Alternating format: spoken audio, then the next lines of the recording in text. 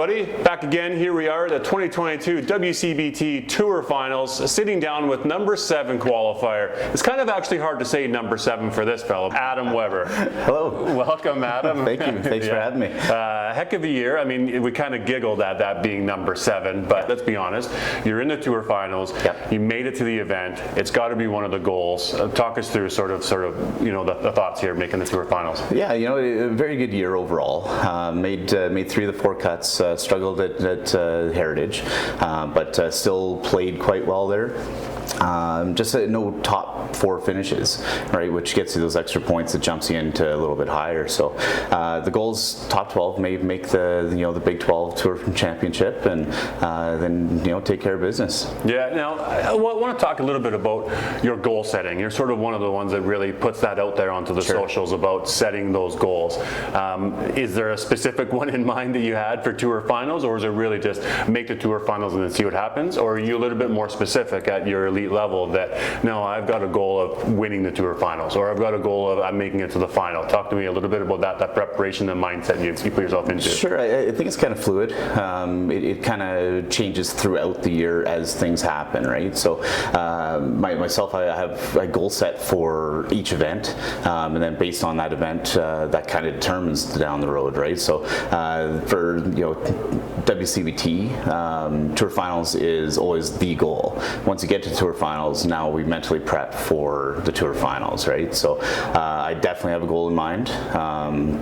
No different than everybody else's goal, right? To walk away with this bad boy, right? I've had the opportunity previously to do that, and it's a great feeling. I want to do it again. So is that something that you can draw on a little bit? And obviously this year you've had an outstanding amount of success. We even talk about being inducted into the C5 Hall of Fame. Obviously it was from 2020, but this year was the induction. Right. Like you said, 3 medals at your national championships that year, 2 at the Open and 1 at the Masters. The Dream Crushers, if we want to even go into the Pro League, you've had an amazing amount of success. So winning this one, is that going to rank right on up there, or where do you feel like this one's going to be?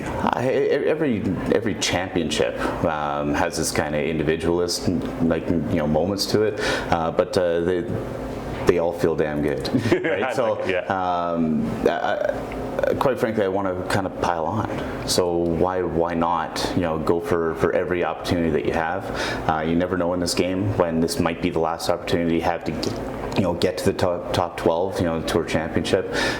So once you're here, you got to relish it and make sure I'm ready to go. So let's talk about your first match. Now you're playing John Moens, a rookie in the Tour Finals format, but we all know that John can throw bombs and get on a roll and get going. You think about your opponent in this format. Is that something that you've consideration of what he's going to do, how he's going to act, or give me a quick thoughts about who you're playing, John, here? I don't know, for myself, and I obviously can't talk about anybody else, but for myself, I like to know who I'm playing, but it doesn't define how I prepare for a match. Especially in this format, you have to be ready personally, right? So your mental preparation for every ball is what really matters here. You know that anybody can get hot for a while, and you have a triple or 4-bagger against you. That could be 3 or 4 frames, right? And you know that you can come back, say, in the second half, but in this particular format, you really have to focus on ball per ball. And that's something that you do so well in the game, to a point that sometimes your friends tease you a bit about taking your time. Sure. But really about being set, not being comfortable to go until you're ready. Correct. Is that sort of the mindset that you're thinking when you're up there? It says, I'm not going until I'm 100% ready to go. My whole mindset never changes though. Like my approach never changes. Usually my time on the lane doesn't really change. It's just my pre-game routine plus my on the lane routine. There's certain certain times or certain things with my shoulders, things like that. It just naturally happens. I don't force it to happen. Deeper into a tournament, I might take even a little bit longer, but it's not by my habit. I'm not trying to do that necessarily. It just kind of naturally happens, and this whole game's about being natural. So if you have something happen, you just run with it. Yeah, well, I certainly look forward to seeing you have a solid run here at the Tour Finals. Yeah. You're one that definitely people are watching. You've got a long list of accolades that we could read for an hours here, but it would be nice to add, like you said, your name back to this title. Absolutely. And go for the 2-peat. So that is the goal. There you go. Awesome. Okay, good luck, Adam. Thank you very much. Right.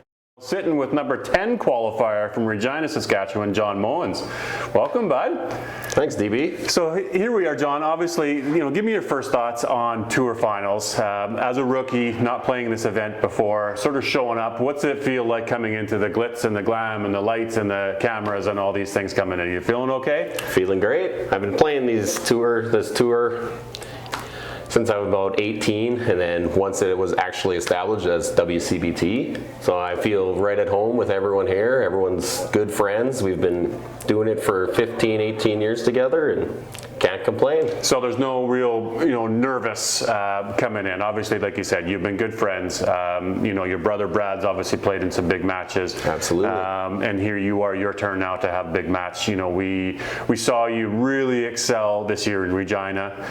Had a huge crowd in behind you and throwing bombs that everybody knew that you could, and are very proud of you to see that. So for sure. To be able to parlay that into the Tour Finals, you've probably been thinking about this event coming up here now for a few months. So anything specific as far as the preparation that you've done to get ready for Tour Finals here? Well, I was doing a lot of visualization, and I was going down to the lanes once a week, and then practicing walking, doing my kind of pre-shot routines during work hours. And I was just sitting there kind of off in my own world and just doing my own thing, working on my footwork, working on mental game, and it all comes together. Yeah, obviously a unique format. Is that something that you think about, being that it's a frame by frame? It's not an entire game until it comes down to maybe a tie situation. But what does that sort of play into the mind aspect? So preparation for it, I was playing skins games, and I was preparing that way, and you're never out of a match. No matter what you do in the last frame, that's only one frame. You got 9 other ones to do what you need to do to get it done. Now, as far as your season goes, talk with me maybe a little bit again about Regina. Is that some experiences you're going to take into today, knowing that you can make the big shot when you need to it? Or what other experiences have you had that are really going to help you draw on today to have success? So my only other couple experiences in this high-end kind of area was when I was youth. We went to nationals, played in a bronze medal tiebreaker between 3 separate teams, Newfoundland and Manitoba, and we ended up taking that one home. We took bronze in that round, and we were down 280 points going into 8, 9, 10, and we battled back and ended up winning by about 30 in the end. Nice. So we all pretty much ran it out, all 5 guys, and it was one of the greatest experiences because I got to bowl with my brother on that as well. So neat. That was pretty cool. So you play to the crowd a little bit, John. Absolutely. You thrive on that. So maybe a little bit different here today. You won't have the huge family and support network, or are you going to be one of those guys that's going to be in the crowd and wanting them to cheer and pump it up while you're going? What's the play? It would be great if people cheered and got everyone going. I'm a pretty emotional guy out on the lanes. I'm usually got my antics, fist pumps, and all that other jazz. And I'm hoping I can get on that good roll, and I know the crowd will get behind me once I do. And you have comfort here at Sherwood. Obviously, we played the Gallagher Cup here last night. You get your opportunity to get some balls in. Atmosphere. You get a long warm up here. You're feeling good in the lanes. You're getting some balls out there. You're kind of going to be ready to go. Yeah, feeling great. Working on a primary line, and then I've been working on a secondary line just in case.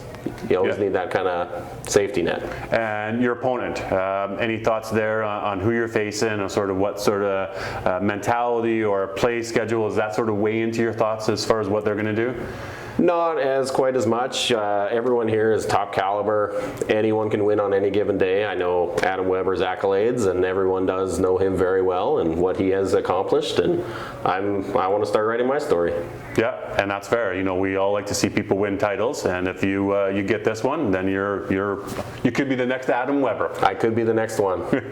Well, good luck to you, John. Thank you very much, proud DB. up there. You bet.